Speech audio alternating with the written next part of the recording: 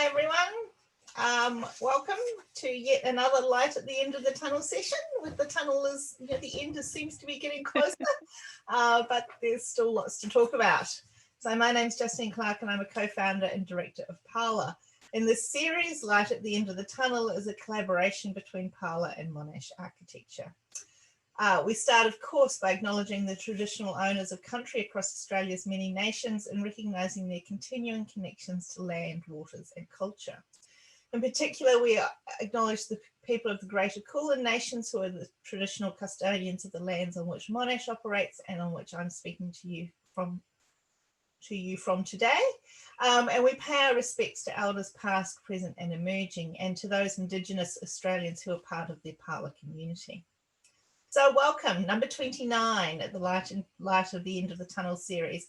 I'm very pleased that today Kim Baisley is joining me as our co-host. Many of you will know Kim as a previous speaker, but also a previous host and also a very active contributor in the chat and conversation of many sessions. So welcome, Kim. This week, we're looking at how people might make change within workplaces as employees.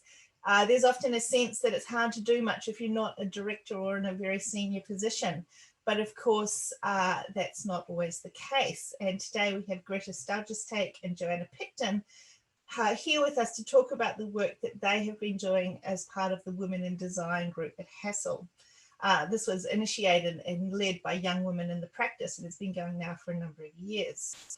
So Kim's going to introduce them in more detail shortly, but I just wanted to say how delighted I am to have Greta in front of the camera. Greta's a long-term supporter of Parlour. I think I met her first at our event in Transform, and yeah, it was 2012 or something. 2012. I know, a long time ago. Long time ago. Greta's been to many of our events, and of course she's part of the New Zealand Mafia too, so we absolutely. Anyway, some practicalities. As always, please make sure your microphone is on mute unless you're actually speaking. If you can leave your camera on, do. We still really like that sense of the sort of mosaic of all the people.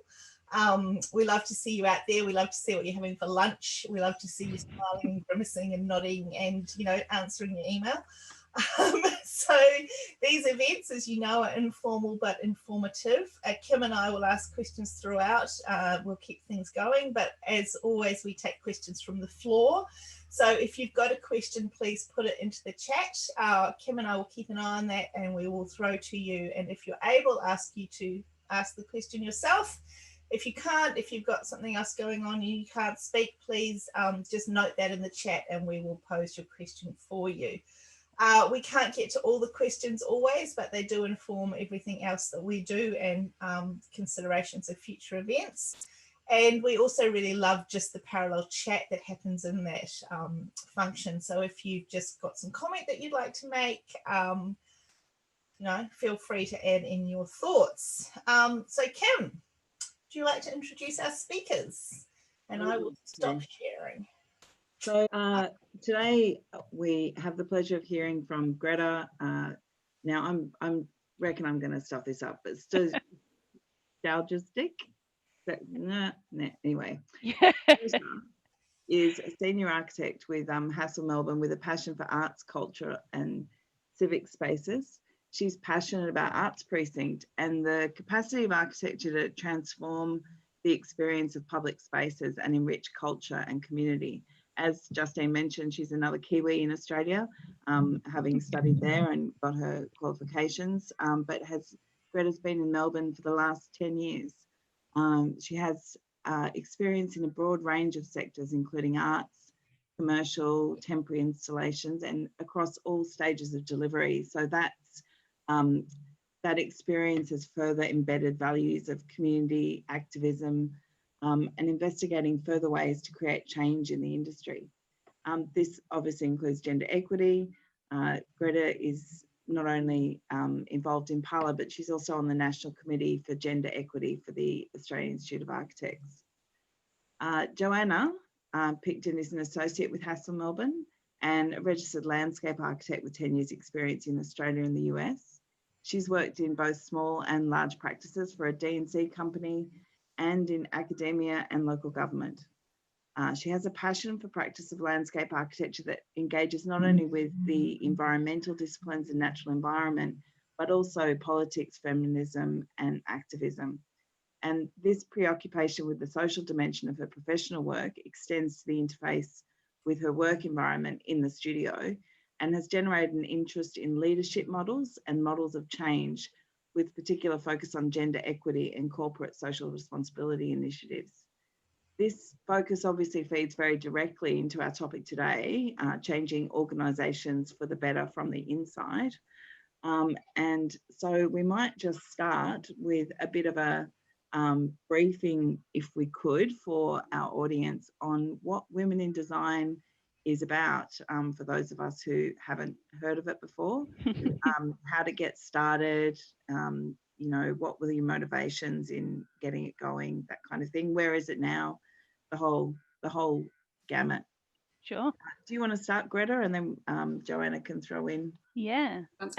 So Women in Design started probably about 2017, and it was pretty loose at first. There was some people getting together thinking that, you know, they'd been kind of looking at the workplace gender guidelines. They'd been looking at kind of clients that were on, you know, forward thinking lists in terms of gender and stuff like that. So it's kind of like, oh, why can't we get our design place on here? And so the motivation was, can we make Hassell the best place to work for women of all, you know, disciplines and seniorities and things like that. So it's kind of where we started from, which sounds pretty big goal, but we kind of like rolled on loosely for a little bit, and then towards the end of 2017 it gained a little bit more traction, and then by 2018 that's when we were kind of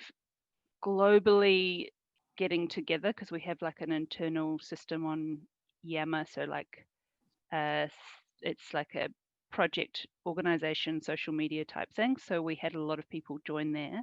And then in Melbourne, we had our first meeting at the beginning of 2018, which kind of packed our boardroom.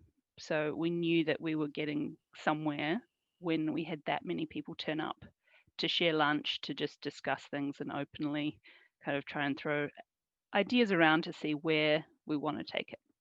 And how many staff are there in the Melbourne Hassell studio? At the moment, 150, 160. Okay, and like what percentage of those would be women? I think we're pretty close to 50-50 male female, but it's the distribution across the levels and the sectors probably that where the different imbalance lies. Okay. So more architecture, less than landscape, for example. No, I mean probably more interiors, but also our business support sector is completely female. And so how often do you meet? Like what are the kind of the structures that support the, is it literally called Women in Design? It is literally called Women in Design. We started with that because we wanted to have a theme that we would focus on every year. So 2018, we decided that we were going to focus on women in transport. So it would be women in design overall, and then we would kind of focus in to something, and that would often drive our event that we started in 2018. And then that kind of leads us on to kind of looking also at the broader focus of business and how we're kind of even interacting with that theme. Yeah. So I guess consistently we've tried to meet at least once a month for a Melbourne group call, and then scattered amongst that we've had various other kind of subcommittees and committees. We've had a rep from each studio internationally, and they've had calls once a week to talk about initiatives that they're doing, and then that gets fed back. We've had, is it tri-monthly now, international calls, so we all try and get together, and it gets chaired by a different studio. And then I know within Melbourne, as we move towards an event, we have more of a kind of a committee that meets on the side to progress things along. And we, before events, are, you know, meeting 2 or 3 times a week. Is it online? Like, do you have, you know, a charter and membership and all that kind of thing, or is it just? We originally started with having that main goal and then workshopping vision, mission, objectives, and then short and long-term goals. So we have those within our group, and then those we kind of continually go back to. So of course they're not all completed as yet, and some will take a bit longer than others, but there's definitely some that we have managed to either implement or have the inroads to implement. Yeah. And I think that's something that kind of keeps us going in terms of motivation as well, that we've had a look at these and then we continually either, you know, 6 monthly or 3 monthly try and actually revisit them to see that we can continually make progress forward. Yeah.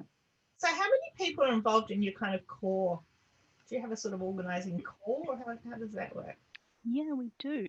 At the moment, it's a bit smaller than what we've had in previous years, just because, well, this year's been a pretty tumultuous time.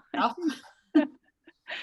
And but it's still going on. So yeah, at the moment there's only about 4 or 5, but previously we've had, you know, 10 or more. Yeah. And I guess that's just in Melbourne. So more broadly within the network, it's kind of come up that each studio was already doing their own thing as well. I know before we even started Adelaide studio, which unfortunately isn't in existence anymore, they would have a monthly women catch up anyway. So there were these grass level roots kind of meetings happening all over the country. Yeah. So how was this received? So, I mean, as you say, there were already some stuff, there's already stuff happening. So it was already kind of part of the culture of the organisation to some extent. But how, I mean, because my understanding, I might be wrong, but you were not, you know, you weren't really super senior when you started doing this. My impression is that it was a kind of grassroots thing. So how did your colleagues and how did the more senior members of your organisation respond? Well, I think in terms of colleagues, there was a tremendous amount of support across different disciplines and across different units of business. So we had a lot of energy and enthusiasm there. So that was really good. And then with leadership, we also had a great amount of support. So there was already some initiatives that they were talking about that we didn't really know about, but that was kind of happening in and around the same time. So that's how we managed to get quite a lot of assistance. And then we would also talk with, you know, certain groups like comms and people and culture and things like that to try and implement some of the ideas the best we can, and ask the questions of those people in that kind of leadership stream, how we might be able to get some of our ideas across. Yeah, I guess the timing was perfect in that sense, that leadership within the company was already looking at these things and the grassroots were rising at the same time. So that makes me want to ask about resistance as well. Was there resistance? Like, and how did you navigate it if there was?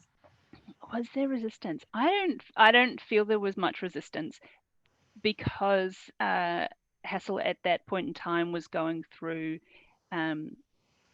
some self-initiated cultural change, and they were heading towards like a place where they wanted to be and some new branding, and they kind of had these values that they'd set into what they wanted to do, which supported what we were doing at the time. So I think that alignment of kind of I think taking ownership of what we wanted to do and then running with it really was something that leadership could get behind. So there was like 1 or 2 people who didn't know if it was for them necessarily, and at first it was women only. because we felt we needed a space where some people who might self-censor in kind of the open discussion area, we wanted somewhere where they could talk and have a point, and then it was opened up later on. So at first, I think there was a little bit of, are we allowed in there, are we not, kind of thing, but that was only for a very short period of time, and made clear that that's the reason why. Yeah. Did you have senior women in the practice involved from the get-go? Yeah. They turned up? Yeah, so we had consistently had, particularly Ingrid from Melbourne, on attending our meetings and really heavily involved in the event, but also multiple principals. Yeah, okay. Involved. So I just wanted to add to Greta's comment about the resistance. I think in reflection, probably the one thing that if we were to do this again and do differently would be that we've had to, and we've aligned ourselves with Hassell being a business as well. And I think fundamentally, number one, it is a business where all these passionate people coming with these great social justice causes, but if it's not aligned with the strategic vision for the company, then it doesn't get up. So it's been a bit of an education in how do we shape our group to align with where the company's heading. And have you had an opportunity to also have input into where the company is heading? Is there any kind of reciprocal aspect to that?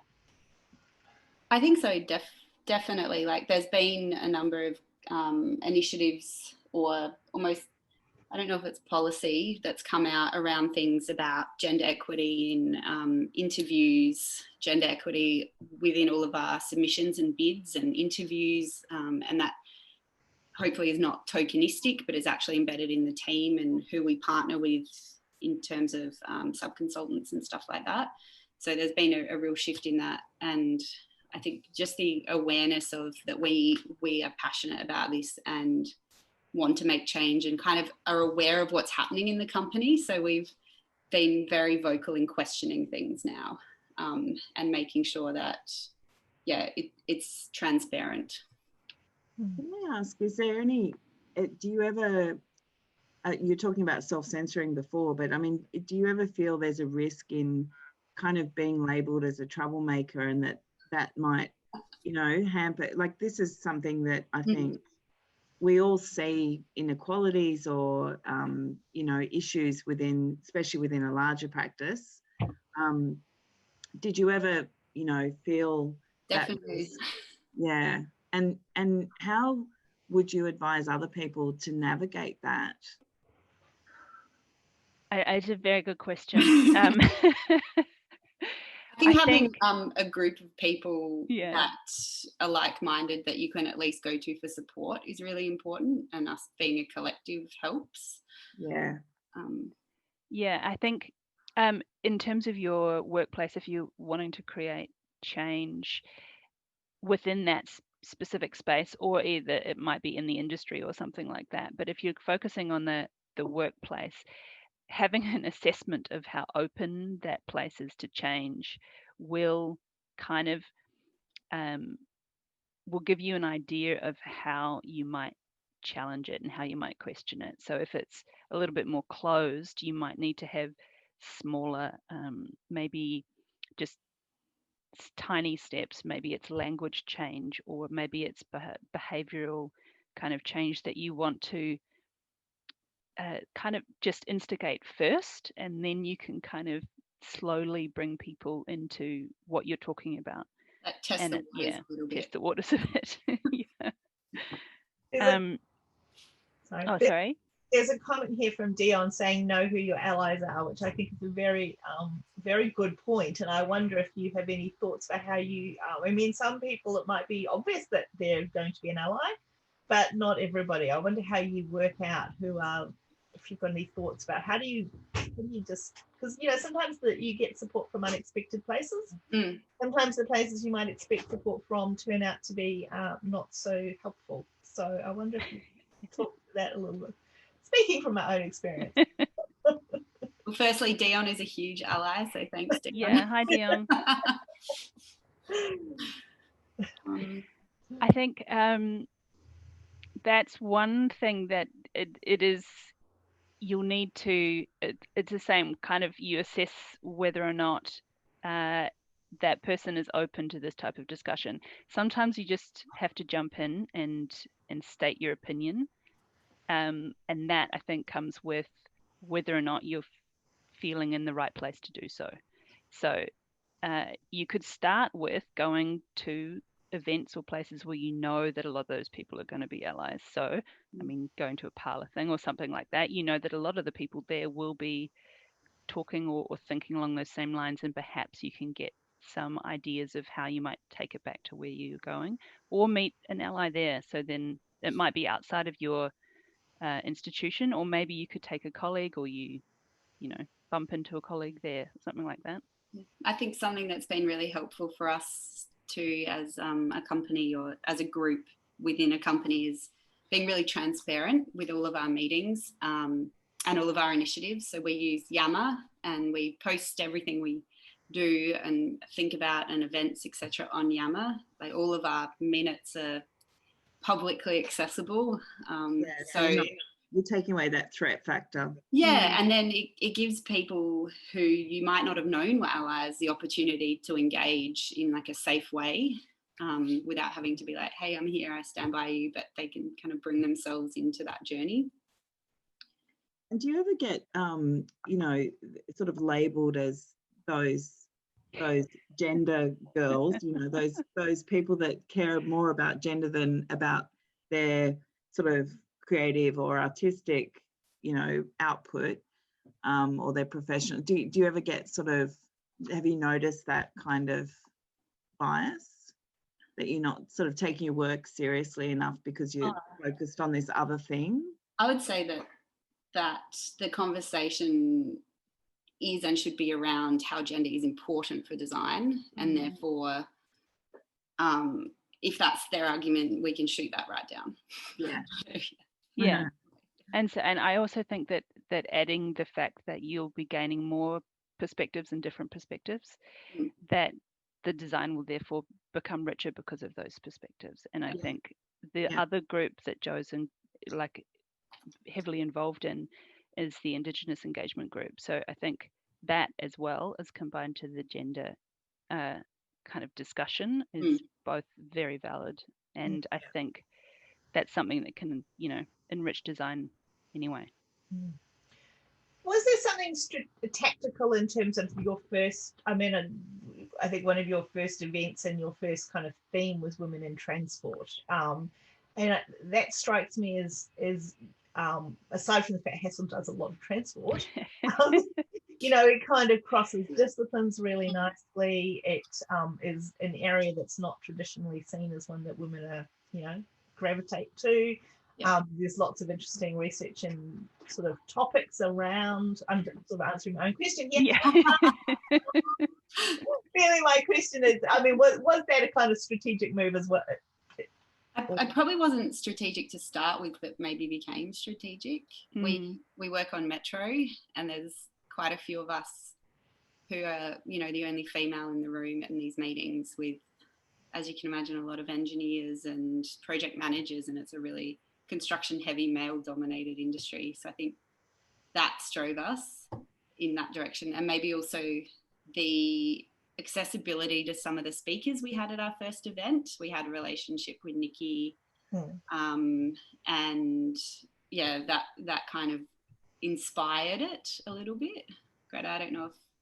Yeah, I think it did become strategic because later on, as you were saying, because of our involvement and how we were kind of business side looking at projects like that, but also because of the topics within it. So then, as you were talking about landscape and architecture, but also research. So we have our own in-house research who had been doing research, and so we wanted to reach out, which is one of the things that it's branched further on from just the women in design kind of events or the kind of internal workings and the other things that happen within Hassell, but the fact that there is now a dedicated stream and support for external research.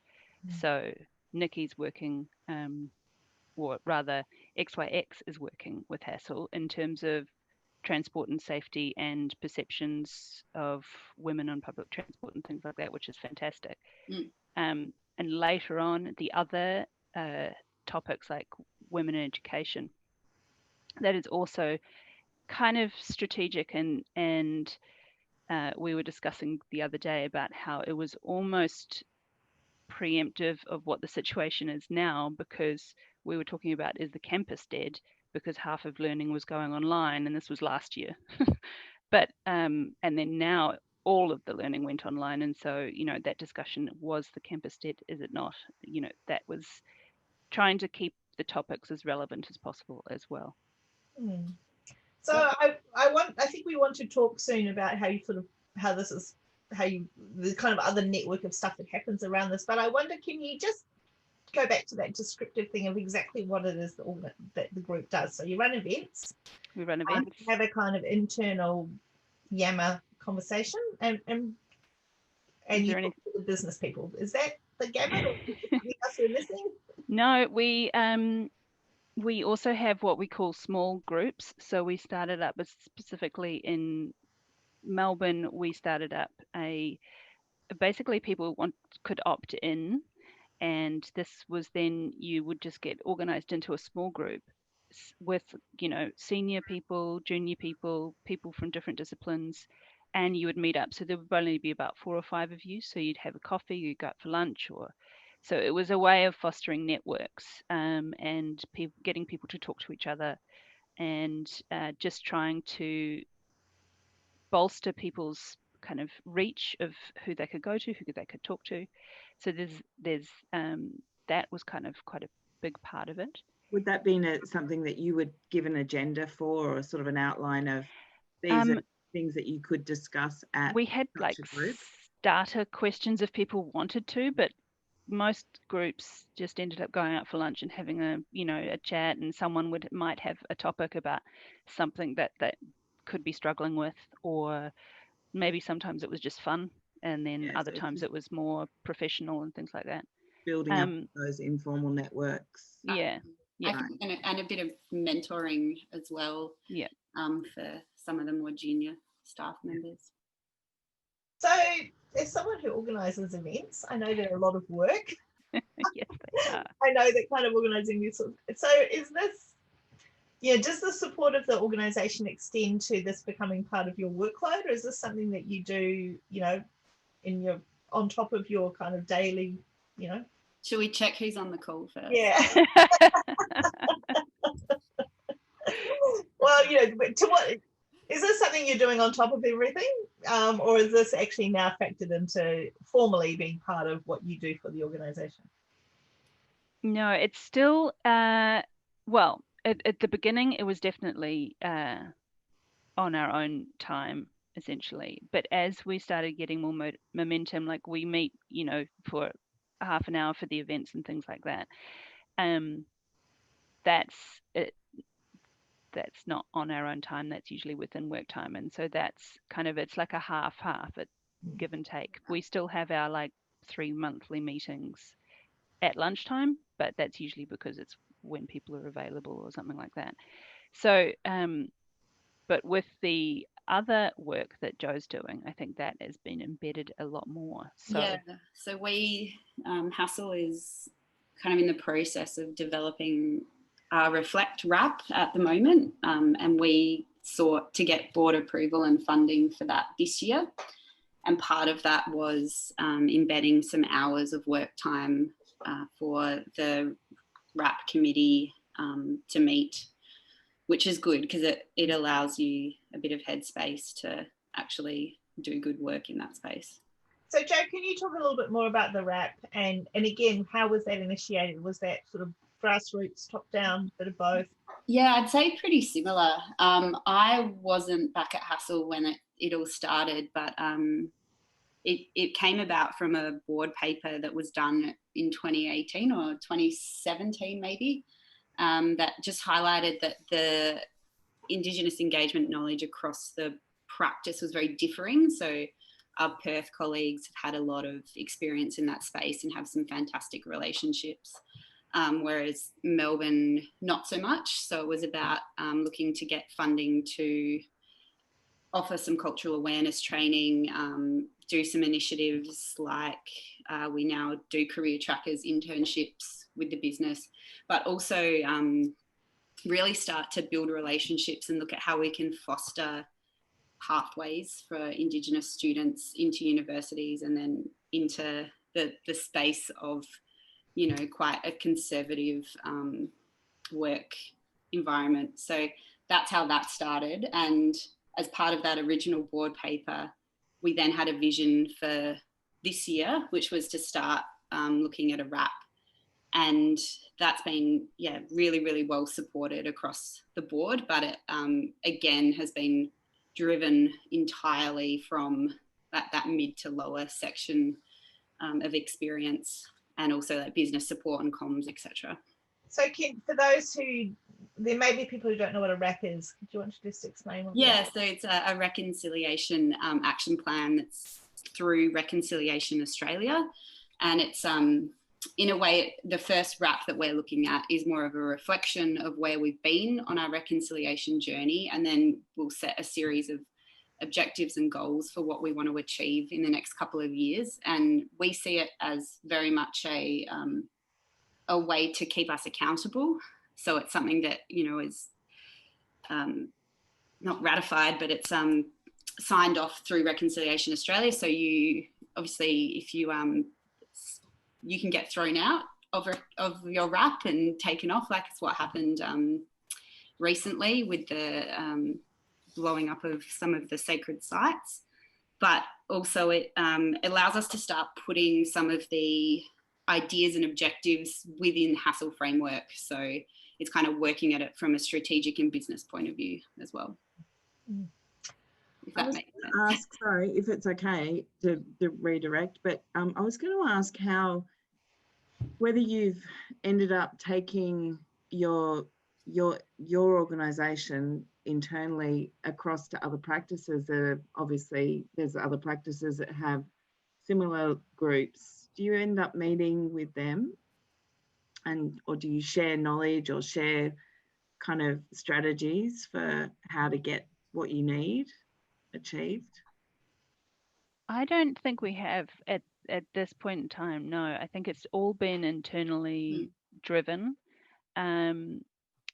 We have used kind of things like Parlour guidelines and things like that have definitely helped us in terms of kind of forming some of the things that we like doing.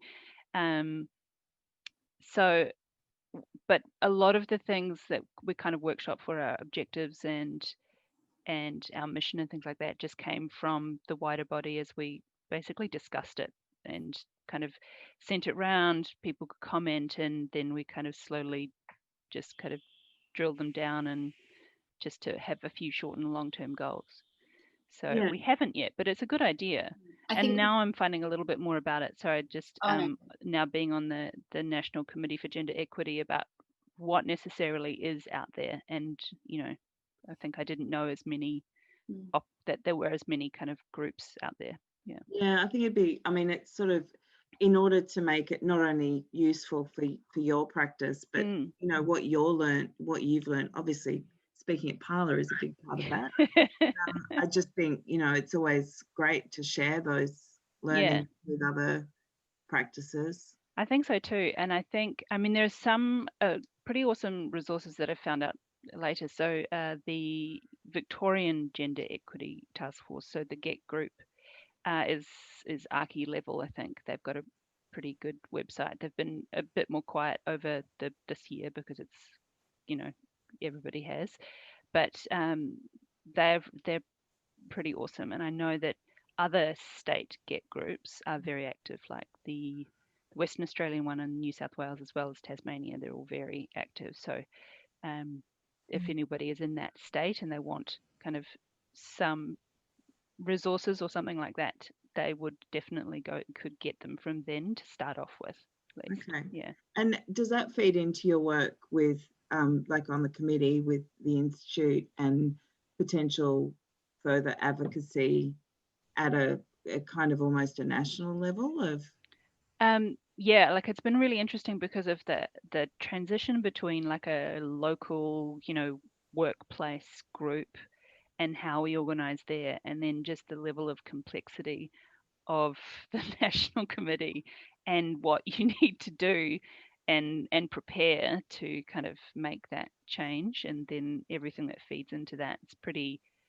It is, it's interesting, and it is quite complex, but I would like to head towards that. Yeah, it's more advocacy at that level. Yeah. I, at Parlour, actually, we have been meeting for some time and actually getting our act together now on developing some profiles around various groups that are active, and we've been thinking about those in terms of, state-based. We hadn't been thinking about internal practice, but I'm very keen to know. So for all of you out there, very keen to know if your organisation has something like this, and certainly Parlour could be a vehicle for connecting that is helpful. So I would really, I know about some groups and some practices, but it would be really good to have a better sense of how much this is happening. I'm very conscious of Hassell because of the public facing events that you've done, but I guess groups that are operating more internally, we'd love to know about you if you want us to know about you. And also, can I just say, if you've got questions for Greta and Jo, remember to stick them in the chat. Advice, comment, more detail about how it all works. So I am really interested in what it's meant for both of you. Obviously what you're doing is fantastic for the organisation, but as kind of core participants, has it opened things up for you? Has it kind of caused problems? Is this been a stepping stone for getting onto these national groups, do you think, or would you have done that anyway? Like, what's it meant? All of the above. Yeah. Well, for me, I think it was always very important anyway. So, and being an early follower of Parlour, I think that's probably kind of kept me going as well, because there's been those discussions. It's somewhere where I wanted to head, but I don't think I've been labelled, that gender equity woman.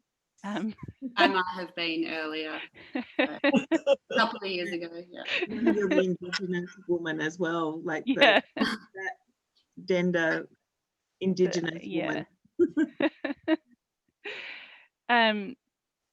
But personally, I think it has definitely supported my views, rather than kind of tempered my idealism. I've definitely realized that there's still a lot more to do and a lot more work that needs to be done. So that's kind of when you get a bit tired, you just have to kind of think about that, yeah, as Jo was saying earlier, it is a marathon, not a sprint. Yes. Yeah. It's very, very long-term game, this Yeah. one. Exactly. Yeah, I've over the past couple of years had a few tears sessions with some fellow colleagues where you just don't feel like you're making progress, but I think it's keeping in mind it's long-term.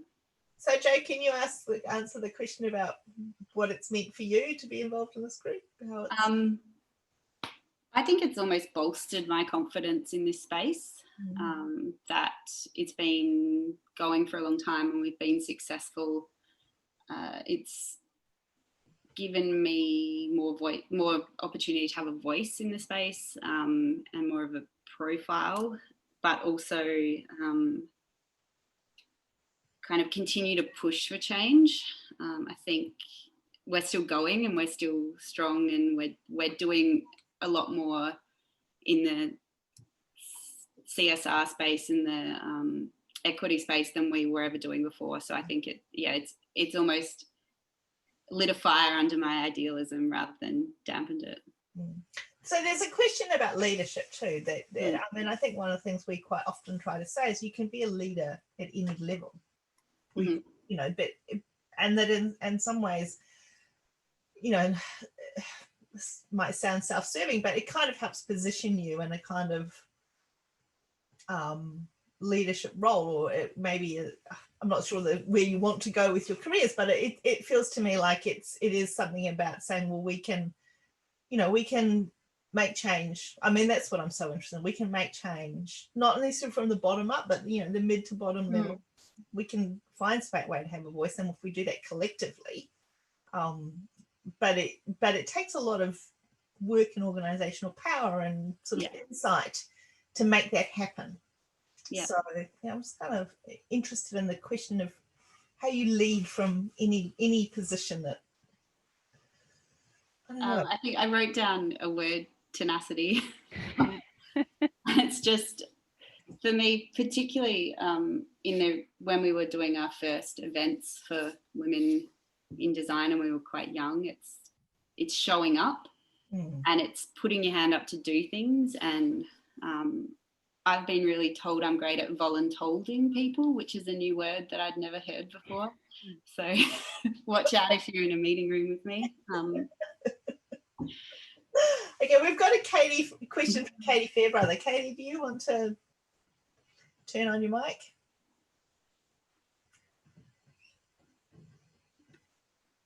Hello. Yeah, I was really curious, the discussion at the beginning around the threats to what you're trying to do. And I was just curious to find out any experiential examples that you might have around what a threat looks like, because I think that might depend on what your discipline is, or the size of the practice that you work in, or attitudes, or the sector. And I don't want to soapbox what my experiences are, but I'm really curious to know if you've got some examples. It's a really good question. I think when you put it into the kind of perspective of threat to the collective, it's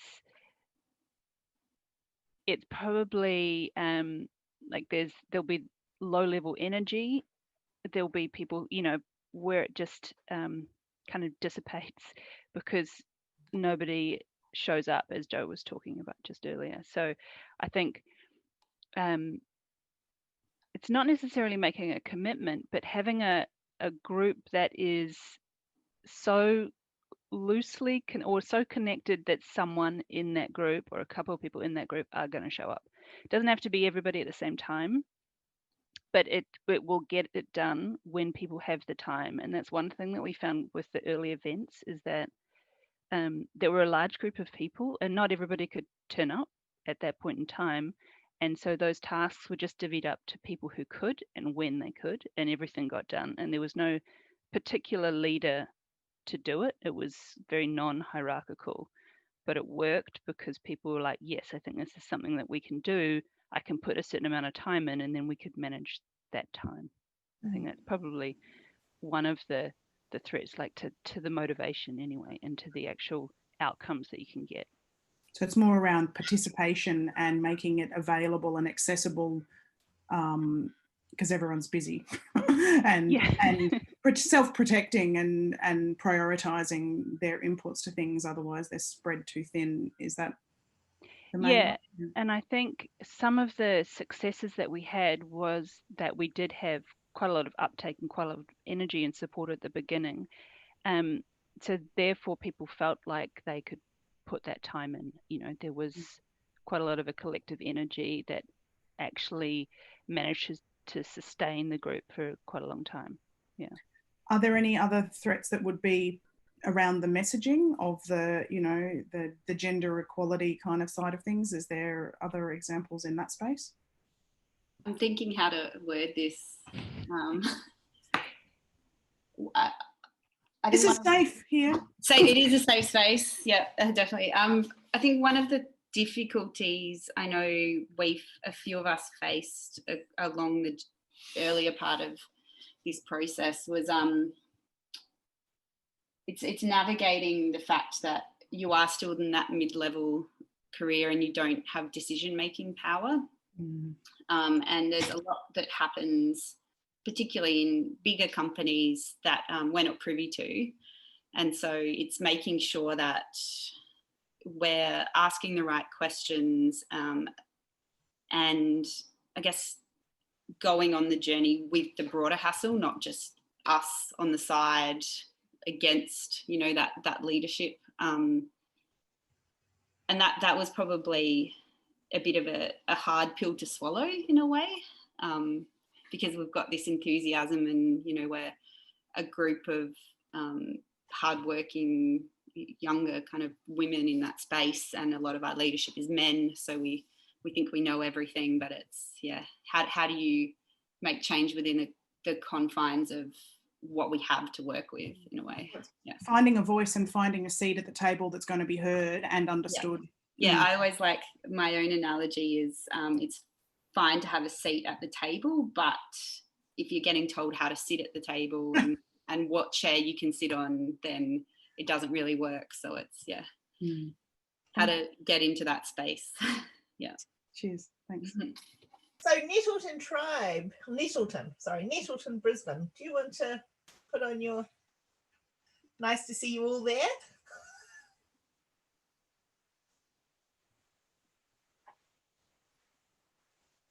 Can't hear you. Hi, we're from Nettleton Tribe in Brisbane. So yeah, I just had a question about what are some examples of positive change that you guys have seen already?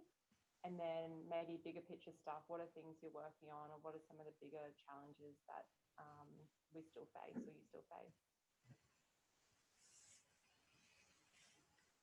I think you go.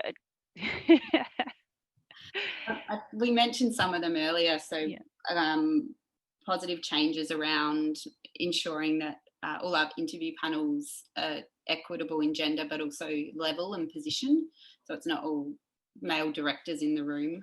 And looking at bids and our RFTs and that kind of thing. I think there's definitely been a push to elevate some of the women through the system to get them into that leadership capacity sooner. Greta, I don't know.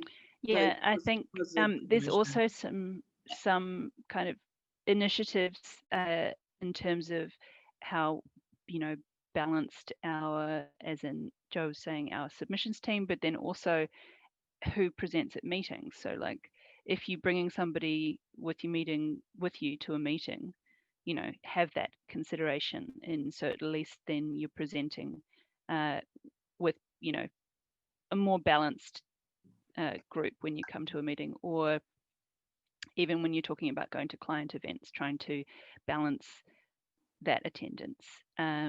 There's other things where there's some unconscious bias training being looked at, being formed for different parts of the company, first to be rolled out, you know, in different areas. What else? I think there's also training and things about language, what we don't say anymore, and how people can comfortably pick people up on that if that happens. So there definitely is, and some of these things came from the Women in Design group. Some of these things came from like a board paper that Ingrid put together when she was on the board. So I think it's been both quite successful, and we still have some things that we're working on. The flexibility in terms of not just for mothers but parents, or not just for parents but people. So you can have the flexibility if you want the flexibility, whether or not you're a parent or not as well. That's part of the other things that people are trying to get into. And then I think even like big level, high level, I believe Ingrid was the first female board representative we had, and I'm not sure when she was elected a couple of terms ago. So not unrecently is probably not a word.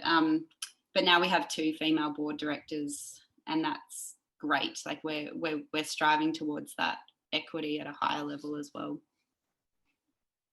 I have to say, certainly I've had both Ingrid and Greta tell me that the presence of the other, you know, Ingrid said the presence of that grassroots group was really important for her getting her message through at a senior level, and vice versa. I think you guys have really benefited from the support of it. And so in some ways, Hassell's been very lucky that you've had both those things in place at the same time. Somewhat coincidentally, but then reinforcing each other. So again, maybe for those of you out there, that also might be something to look for. For those practices, I'd say that have part of the Champions of Change group, you know, as a grassroots, people like hold those champions to account, I'd say. It just, you know, editorializing myself here now. Matt, do you want to just, you've got to put a comment in about what it's been like as a, you know, from within. Yeah, I think, you know, I've been here for 2 years and at Hassell with Joe and Greta, and I've seen the change. I've seen incremental change from the outside. It's certainly something that is much more normalized, the conversation around gender. I definitely think that those small initiatives, like making sure that we do a gender check or a balance check when we do submissions and we do things like that. We had a client in an interview the other day for a new job say that they were very impressed with the gender equity in the submission. And that's just from being aware of these kind of things when you're going out to market. You know, even down to the, you know, 1-for-1 across a page to make sure that it's presenting as such as well as actually embodying such. And to the point where, you know, recently I went back to a sub-consultant and said, we need some more equity on your panel because we can't just put this big bunch of pale male stale in front of this client. It's not going to work. And they, so the normalization of those conversations, when you're in the thick of it and you're the organizers, it can be very hard to see what change you're actually affecting at a greater level. So, and to your point about Justine about the one needs the other, you know, senior leadership needs the people with the passion, but equally the people with the passion need senior leadership. So find those allies and really leverage them and hold them to account. If they say they're going to do something, you know, it's behoven on you to make sure that they do it, and they shouldn't shy away from that either. Yeah, you know, they shouldn't say yes, I'm going to support you, and then not. Then that's So yeah, I think you're doing a great job. Keep it up. It's amazing how many of our conversations at, you know, in Parlour come back to that idea of needing that advocate and that, you know, senior person that can support you in not just in your practice, but in your ambitions for other aspects. It's amazing. Yeah, you need that champion, absolutely. You do, you absolutely do, but you also need to kind of get stuck in. Yeah, it's a bit of both. And you can always have to agree with the champion, I guess. Too. Yes. All right. Katie's got another question asking if there's been any improvement around pay equity. Do you guys have access to pay equity data? We don't, but Hassell has started putting together, I think it's the last year, of actually collating all of the people data and then assessing that. So they have begun doing that, and we have internal reviews of gender plus role and percentage and things like that over all the disciplines. So that is open, and we have discussions about that at studio levels and at global levels, which I think is a pretty healthy thing to be reviewing. The pay equity thing, I don't have any involvement in it. I'm not too sure about you, Joe, but I've seen some data that's come through around landscape, so we push to get that data, but I think what's going to be interesting is the change. So we're probably pretty early in the journey of looking at this pay equity amongst gender, so maybe in a couple of years it will be great to see if there's a shift in that. Yes. What about pet topics? Okay. We're getting close to the end. Kim, have you got anything else you'd like to ask, or are we? You mentioned when we were talking in the kind of preparation about LGBT, or it's not QI, but yeah, LGBTI group. How has that interfaced with what you've been doing from a gender equity point of view? we've had quite a few change groups, it's opened the door to other groups feeling incredibly comfortable.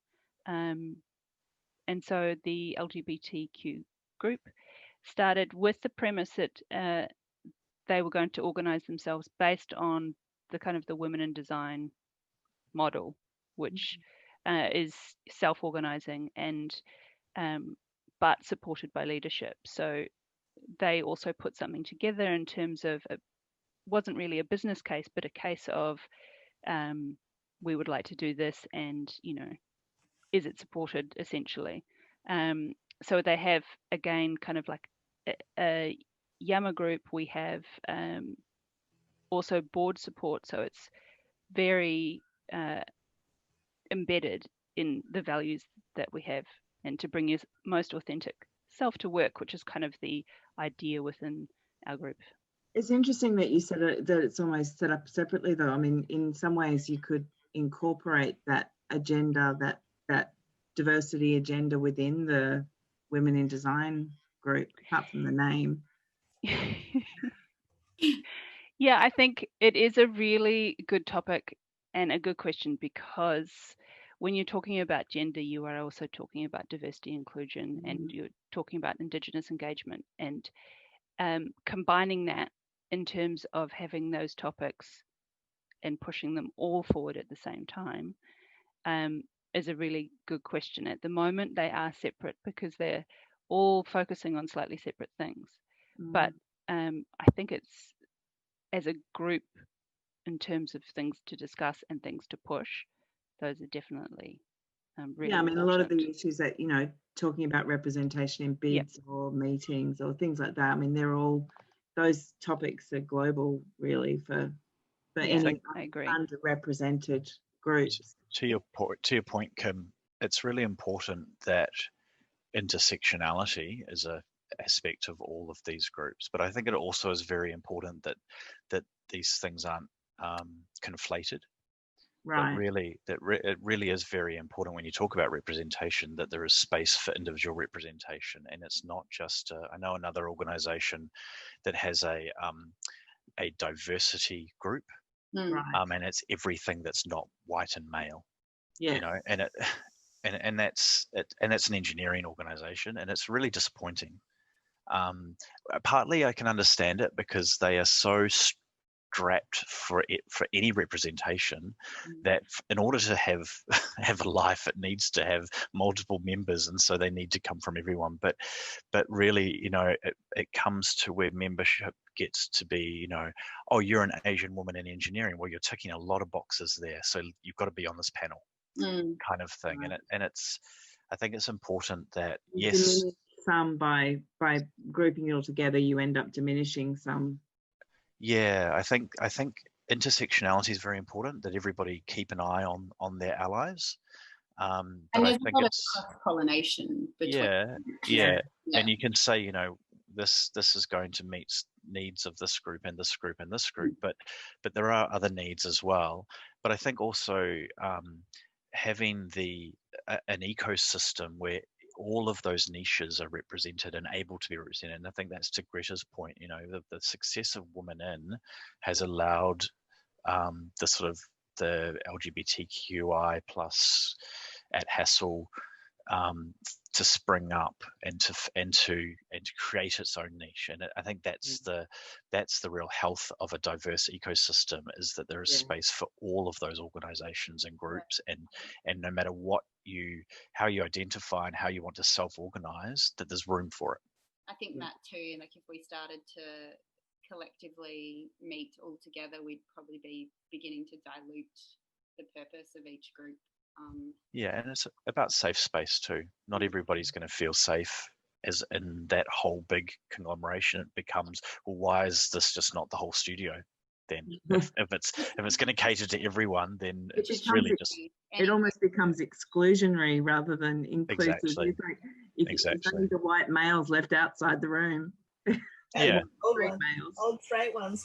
Yeah. Okay. On that, your words, Justine, not mine.